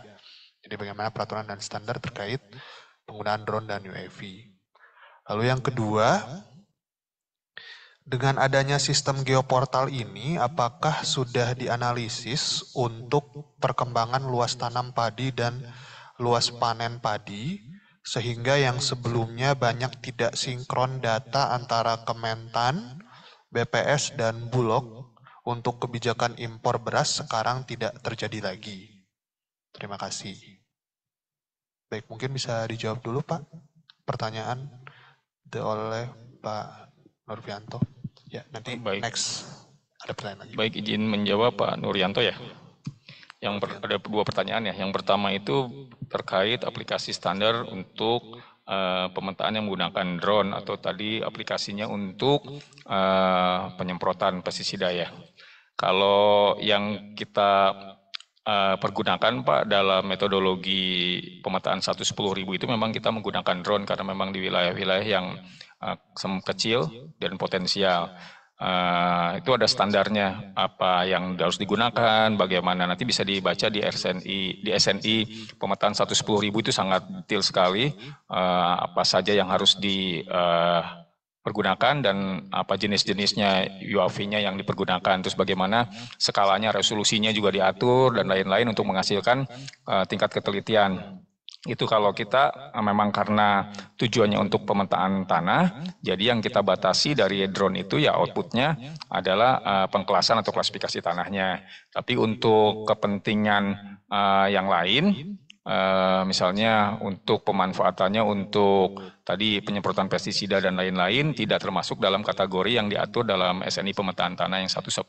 Tapi kalau penggunaan SNI yang berkaitan dengan UAV bisa merujuk SNI-SNI lain yang dihasilkan oleh BIG. Banyak sekali yang dihasilkan, termasuk yang akan direvisi juga banyak yang berkaitan dengan penggunaan drone untuk berbagai kepentingan. Tidak hanya pemanfaatan di pertanian, tapi banyak berbagai kepentingan dan itu sangat detail sekali. Jadi nanti hasilnya pun sesuai yang diharapkan. Itu sih jawaban saya Pak. Tapi yang untuk khusus untuk di drone yang kita gunakan dalam 110.000 itu ya tidak menyebutkan klausul pemanfaatannya untuk apa tadi ya untuk penyemprotan dan lain-lain. Tapi memang tidak menutup kemungkinan karena memang pemanfaatannya memang skala operasional ya bisa dilakukan pendetailan-pendetailannya.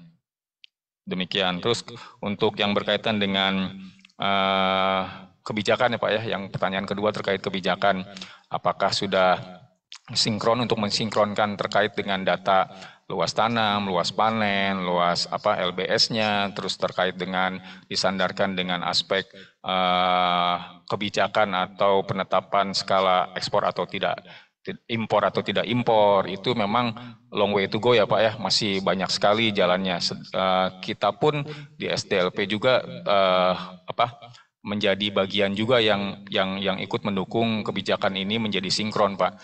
Salah satunya adalah penggunaan siskrop yang mixing method dengan yang BPS, karena kan memang datanya Kementan selalu tidak sama dengan data ubinannya BPS. Itu masih dilakukan tahap sinkronisasi mixing methodnya antara metodologi yang dipakai oleh teman-teman BPS dari aspek statistik dengan teman-teman khususnya di kantor saya dengan siskropnya seperti itu. Dan tapi masih banyak karena sekarang juga LBS kan baru saja selesai direvisi Pak, yang melibatkan beberapa stakeholder, ada BIG sendiri, ada ATR BPN, ada Kementerian Pertanian, dan itu pun saya rasa juga ya masih banyak akan ditemukan ketidaksinkronan, karena memang data yang dipakai, misal contoh kalau Bapak ngomongnya yang real time, itu kan data itu kan tidak real time. Misalnya hasil LBS itu misalnya diperoleh misalnya terakhir misalnya 2023, ketika tim turun ke 2024 kan mungkin juga ada beberapa wilayah yang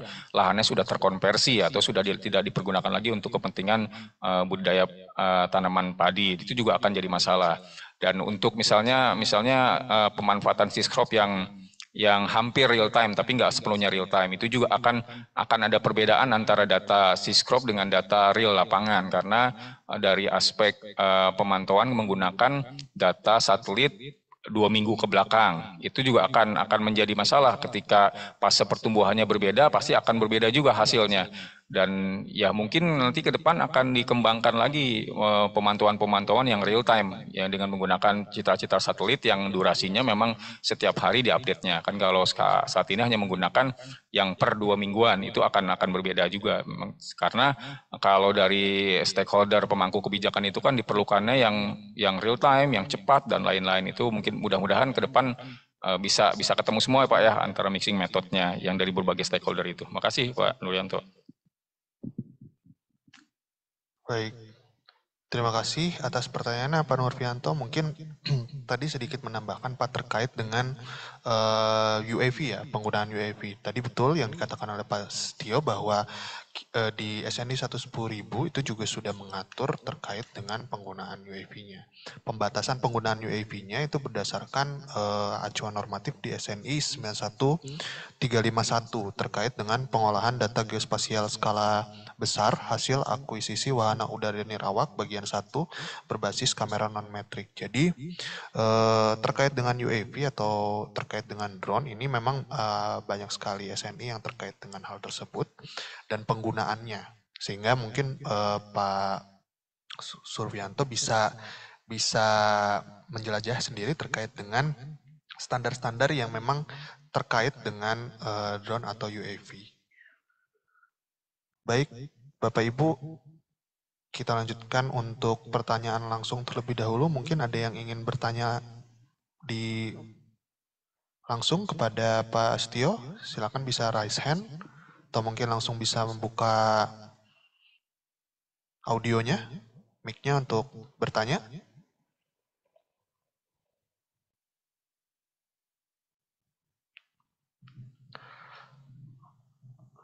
Baik, jika tidak ada kita lanjut di pertanyaan di chat, Mas Arief.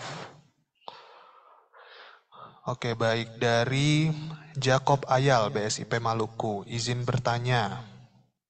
Apakah informasi geospasial juga memuat peta potensi sumber daya air, khusus air tanah di lahan pertanian? Itu satu pertanyaan Pak dari Jacob Ayal, lalu mungkin kita ke pertanyaan kedua ya. Dari Zulfajri Muhammad, izin bertanya Bapak, untuk peta lahan gambut, produsen dan wali datanya Kementan ya Pak. Kalau BRGM dan KLHK, apakah juga akan mengeluarkan peta lahan gambut? Jadi untuk peta lahan gambut, apakah produsen dan wali datanya adalah Kementan? Kalau BRGM dan KLHK, apakah juga akan mengeluarkan peta lahan gambut? Mungkin dua pertanyaan dulu, Mas Arief ya. Kita persilakan untuk Pak Setio untuk menjawab. Silakan, Pak Setio. Baik, ini yang kalau nggak salah yang nanya dari masih kawan saya juga dari Maluku kayaknya nih. Betul. Bang Bob Ayal, ini terkait dengan sumber daya air ya. Kebetulan kalau di output pemetaan tanah dan gambut kita tidak mencantumkan terkait dengan sumber daya air, terutama untuk penggunaan sektor pertanian. Tapi Pak Bob bisa merujuk ke SNI SNI yang dihasilkan oleh teman-teman Balik Limat. Kalau nggak salah kemarin juga ada yang berkaitan dengan sumber daya air. Itu sampai hari ini juga ada yang udah akan terbit SNI 2 itu yang berkaitan dengan pemanfaatan air ya. Yang terakhir itu tentang iklim ya. Yang pertama itu kalau nggak salah tentang berkaitan dengan air. Itu bisa dirujuk juga proses-prosesnya. Dan output-outputnya kelihatannya Balik Limat juga sudah ada yang tentang sumber daya air permukaan itu sudah ada. Bisa diakses juga ke teman-teman Balik Limat. Terus mudah-mudahan bisa menjawab ya Pak Bob ya. Yang berikutnya berkaitan dengan pertanyaan tentang lahan gambut ya.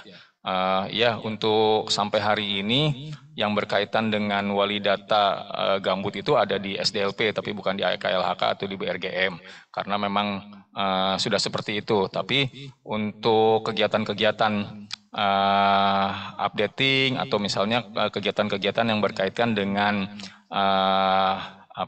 perhentian sementara pemanfaatan lahan gambut untuk berbagai usaha itu atau PIP itu kita memang mendapatkan mandat dari KLHK untuk melakukan verifikasi lapang. Tapi nanti hasil dari verifikasi lapang yang dilakukan SDLP itu diserahkan ke KLHK dan diputuskan oleh KLHK. Jadi memang kita kolaborasi. Tapi kalau terkait dengan status wali datanya sampai hari ini SDLP yang memang menjadi wali data gambut. Terima kasih. Baik, terima kasih Pak Tio atas jawaban yang mungkin sudah cukup jelas tadi terkait dengan 2 pertanyaan tersebut.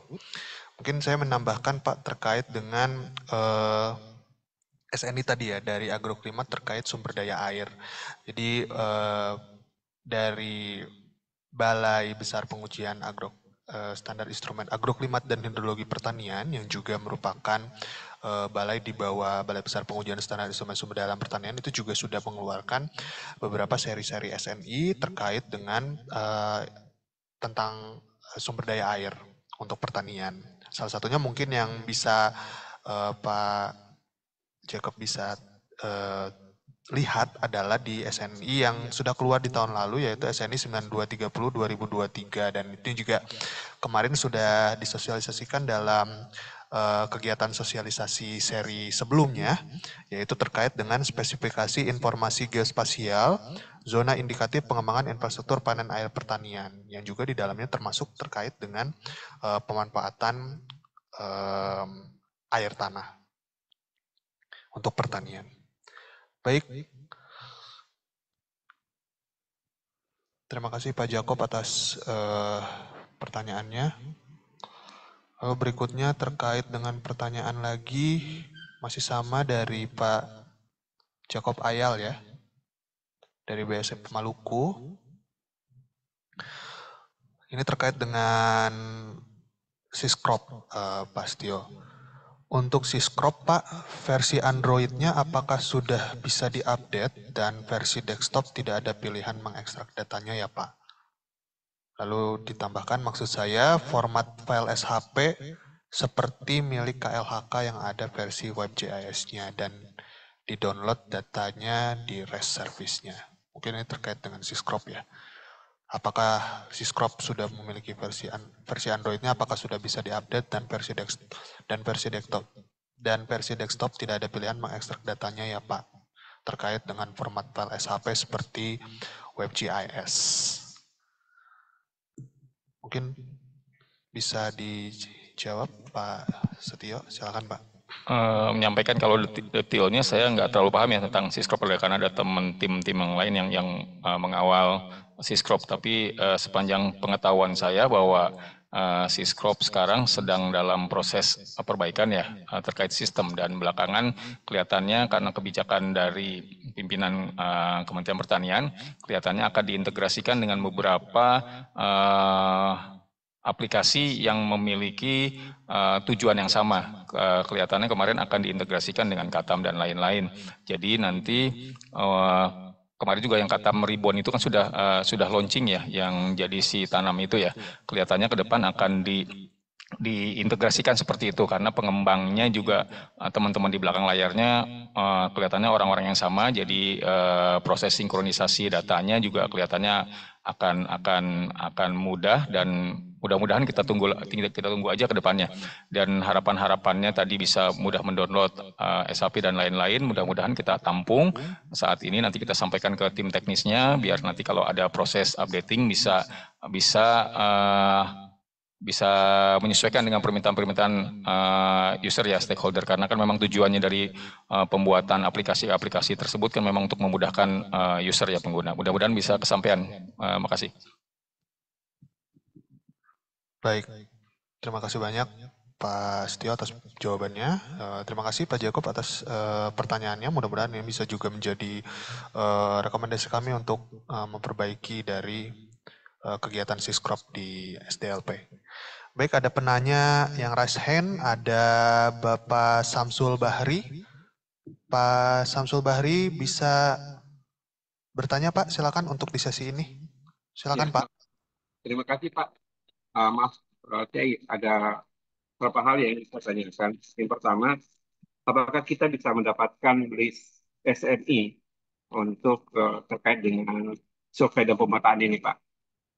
Standar nasionalnya, karena kadang kami, apalagi kami di bagian wilayah timur Indonesia ini, saya di Manokwari ini kadang mendapatkan SNI itu agak susah gitu, mencari linknya di mana. Gitu. Kalau kita bisa dapatkan daftarnya itu lebih baik gitu. Yang kedua, Pak, terkait karena saya termasuk yang langganan untuk pembelian satuan peta tanah di Balai Sumber Daya Lahan Pertanian ini.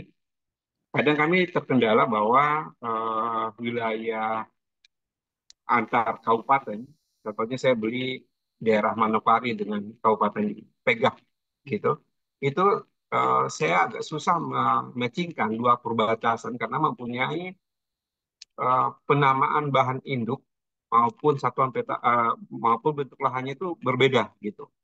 Kelihatannya mungkin antar kabupaten ini mungkin yang mengerjakan beda orang gitu. Juga yang saya karena Manokwari mungkin si A yang buat, yang Pegah yang perbatasan ini si B yang buat gitu. Artinya kelihatannya agak susah saya matchingkan. Baru yang berikutnya bahwa memotongnya itu tidak kelihatannya masih mengikuti batas administrasi yang lama, belum yang baru, sehingga kalau kami pesan contoh, kami pesan satuan peta tanah Manokwari gitu, itu yang dimunculkan itu luasan wilayah BIG yang lama gitu. Terus kalau kami tambahkan areal yang belum kami dapatkan satuan peta tanahnya, untuk matchingkan itu agak susah karena beda-beda penyebutan landformnya contohnya begitu. Bahan induknya juga beda-beda gitu.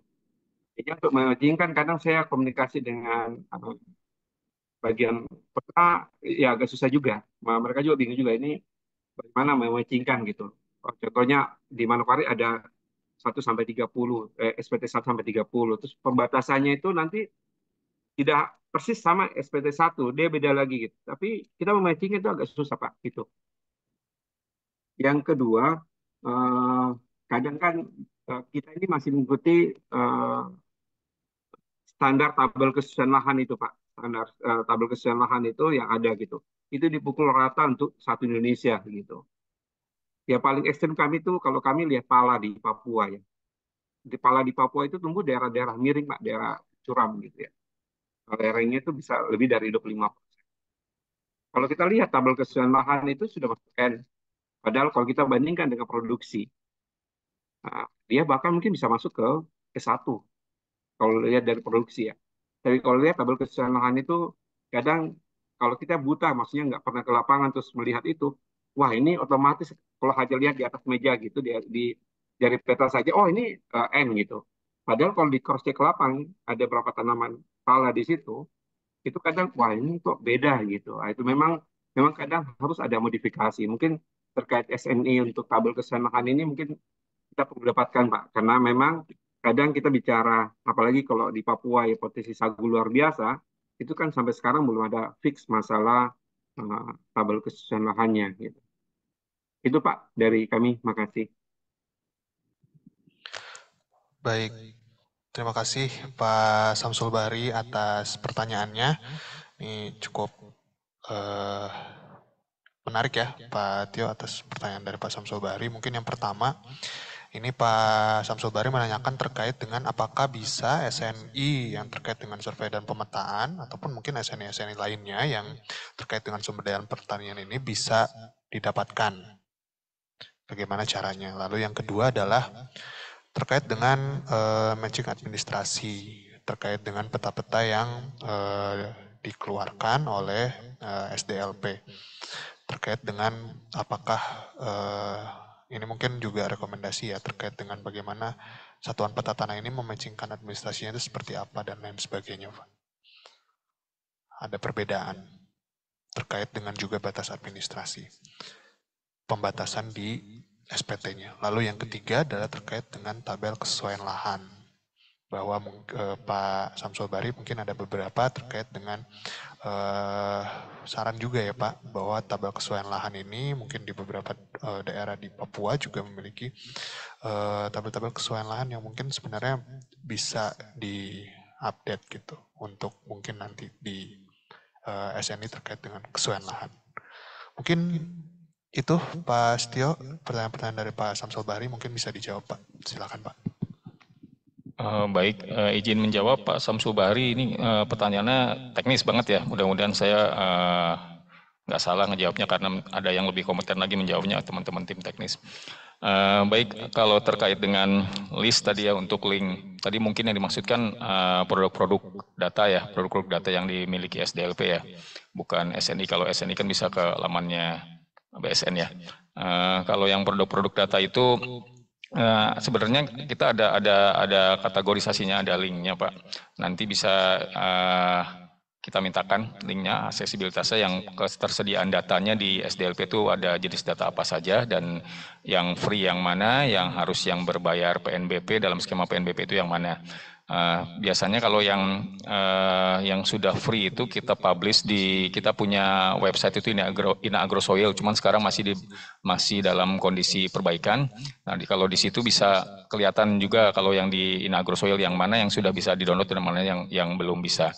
Nah, nanti mungkin kita akan dalam versi yang perbaikannya Ina Agrosoil kita akan mudahkan lagi, jadi interface-nya nanti memudahkan user untuk mencari produk-produk yang dimiliki oleh SDLP yang berkaitan dengan informasi geospasial tematik.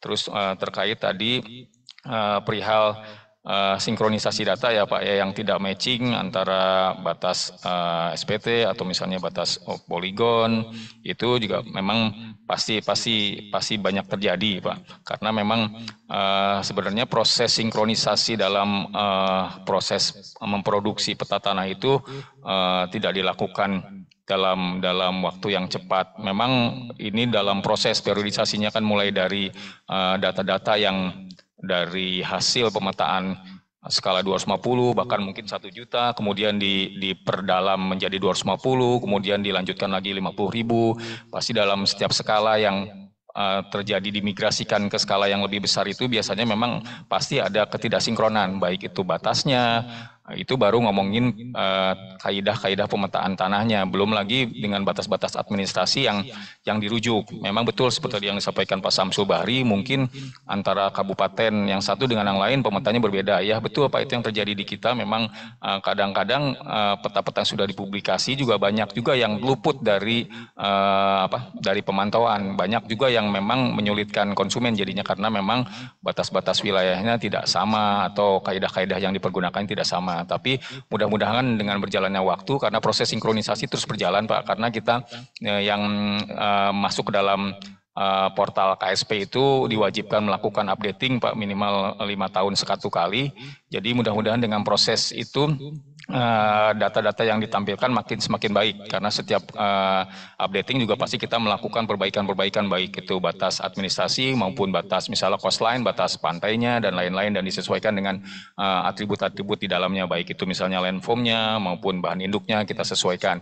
Tapi memang tidak menutup kemungkinan memang masih banyak juga yang luput dari pemantauan, karena memang kita mengerjakannya satu Indonesia dan sekarang keterbatasan juga sumber daya manusianya, SDM-nya di SDLP juga banyak berkurang, jadi sangat sedikit sekali. Terus jadi aspek pendanaan juga kebetulan setelah bermigrasi dari Badan Litbang ke BSIP, walaupun kita secara tertib administrasinya berdasarkan TUSI SOTK-nya itu masih memiliki kewenangan untuk IGT, tapi penganggaran untuk IGT sendiri itu terkendala karena memang di BSIP tidak ada pendanaan untuk IGT. Jadi kita khusus tahun kemarin masih ada, tahun ini tidak ada sama sekali pendanaan tentang IGT. Itu yang akan menjadi kesulitan kita. Jangankan untuk memperbaiki semua, untuk menyicil dimasukkan ke portal KSP pun kita akan kesulitan karena memang kalau kaitannya dengan kegiatan pemetaan itu kan tidak bisa dilakukan hanya dashwork, tapi harus dilakukan kegiatan lapang untuk memverifikasi, dan itu akan kesulitan. Mudah-mudahan nanti diperbaikin dari aspek penganggaran dan bisa diperbaiki hal-hal yang tadi dikeluhkan oleh Pak Samsul Bahri. Tapi yang jelas tadi yang disampaikannya betul dan kita tampung, nanti kita menjadi pembelajaran buat kita untuk memperbaikinya ke depan. Terus terkait dengan tabel Keslah, Pak, ya betul Pak, tadi kalau melihat sepintas saja terkadang tidak sesuai hasil peta kesesuaian lahan. Misalnya contoh Bapak tadi sampaikan, misalnya disebutkan S2 padahal harusnya misalnya S1 karena misal produktivitasnya tinggi. Karena memang dalam proses matchingnya itu seingat saya memang kapasitas produksi itu bukan menjadi bagian yang dipertimbangkan, tapi biasanya faktor pembatasnya itu lebih ke arah biofisiknya, tentang kelerengan dan lain-lain. Jadi biasanya yang memang menjatuhkan menjadi S3 atau S2 itu memang lebih ke arah biofisik. Mudah-mudahan nanti mungkin kita juga harus perbaiki juga, mungkin menyempurnakan juga panduan-panduan Keslah yang memperhatikan aspek-aspek produktivitas, seperti misalnya dulu kita menggunakan ALES, kalau sekarang kan pakai SPKL, itu sistem penilaian kesesuaian lahannya. Mungkin nanti akan harus dipertimbangkan aspek produktivitas dan ekonomi juga, karena memang aspek penilaian itu nggak hanya aspek biofisik, tapi hal-hal yang lain di luar biofisik. Makasih Pak masukannya. Baik, terima kasih Pak Samsul Bahri. Mudah-mudahan ini menjadi rekomendasi yang terbaik juga untuk kami, bahwa mungkin nanti akan ada edit terkait dengan penilaian kesesuaian lahan ya, yang tadi sudah disampaikan Pak Tio, bahwa kami juga nanti akan di tahun depan akan melakukan revisi terkait dengan standar terkait dengan penilaian kesesuaian lahan. Lalu juga mungkin menambahkan Pak terkait dengan tadi ya SNI, memang BSN yang memiliki akses untuk menyebarluaskan dari SNI Pak, dokumen standar. Ada dua akses yang Bapak bisa lalui. Yang pertama adalah akses secara gratis. Bapak bisa mendapatkannya di akses strip.sni.bsn.go.id. Di situ Bapak bisa membaca secara gratis, tapi tidak bisa mengunduh. Tapi jika Bapak ingin mengunduh dokumennya secara PDF, secara online, maka Bapak bisa membelinya itu di pesta.bsn.go.id. Jadi ada dua, dan kami juga di SDLP setiap kami ada SNI yang launching, kami juga memberikan flyer di mana Bapak Ibu bisa mendapatkan informasi terkait dokumen-dokumen SNI tersebut. Baik, Bapak Ibu, kami berikan termin untuk pertanyaan langsung terakhir. Pertanyaan langsung terakhir untuk Bapak Ibu semua yang ingin bertanya, raise hand langsung. Silakan Bapak Ibu. Untuk pertanyaan yang langsung bisa raise hand. Jika tidak ada, kita selesaikan tadi yang di chat ya. Sepertinya Mas Arif, kalau ada satu lagi, sepertinya tadi saya lihat.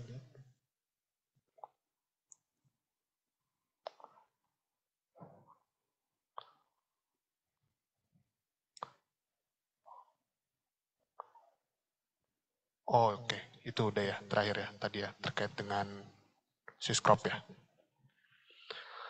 Baik, Bapak Ibu, jika ada pertanyaan lagi untuk termin terakhir, sebelum nanti akan ada beberapa closing statement dari Pak Setio terkait dengan sosialisasi pada hari ini. Baik,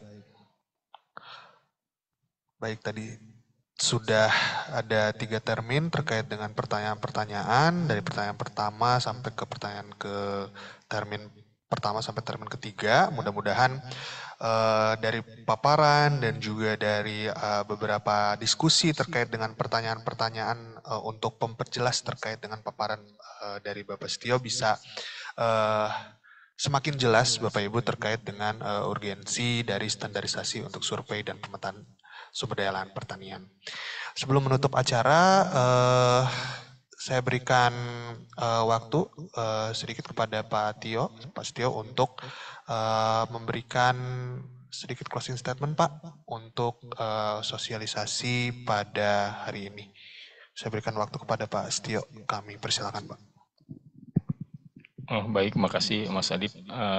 Sedikit saja menyampaikan summary dari apa yang disampaikan tadi, bahwa intinya bahwa kegiatan standarisasi di bidang pemetaan itu adalah untuk melindungi konsumen di bidang survei dan pemetaan sehingga dapat melakukan kegiatan secara terstruktur, bisa terstandar, bisa memiliki metodologi yang sama, bisa memiliki output yang sama, dan bisa dipertanggungjawabkan secara kaidah-kaidah keilmuan. Karena memang SNI ini dibikin atau disusun berdasarkan referensi-referensi ilmiah dan hasil-hasil pengalaman yang sudah melekat selama kurun waktu berdirinya SDLP. Jadi metodologi-metodologi dan kaidah-kaidah yang dipergunakan itu memang insya Allah sudah teruji baik dari Deswok maupun di lapangan, sehingga dituangkan dalam bentuk SNI, dalam bentuk penyusunan standar, sehingga dapat melindungi kita semua stakeholder yang berkaitan dengan dunia pemetaan. Karena seperti yang tadi saya sampaikan bahwa salah dalam memproduksi peta, tidak mengikuti kaidah, artinya output yang dihasilkan juga tingkat kepercayaannya bisa diperdebatkan atau bahkan mungkin bisa menyimpang dari apa yang diharapkan outputnya. Contoh misalnya bahwa kegiatan pemetaan yang berkaitan dengan pembukaan perkebunan atau smart farming, misalnya yang membutuhkan ketelitian yang besar, tidak bisa menyandarkan pemetaannya pada skala yang berbasis 150.000, tapi harus 10.000 atau lebih besar. Dan itu harus dipahami bersama bahwa skala itu menentukan hasil output yang diinginkan. Demikian, mudah-mudahan apa yang kita sampaikan hari ini ada manfaatnya. Saya sebagai pribadi menyampaikan permohonan maaf jika ada kesalahan dalam penyampaian. Mudah-mudahan bisa bertemu di lain waktu. Terima kasih. Terima kasih banyak Bapak Setio Purwanto atas paparan dan juga closing statementnya. Demikian dengan closing statement dan summary dari Bapak Setio Purwanto, berakhir juga acara sosialisasi online kelima, urgensi standarisasi survei dan pemetaan sumber daya lahan pertanian.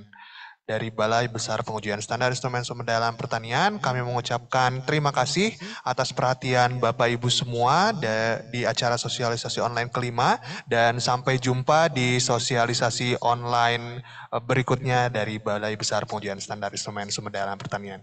Terima kasih semuanya. Wassalamualaikum warahmatullahi wabarakatuh.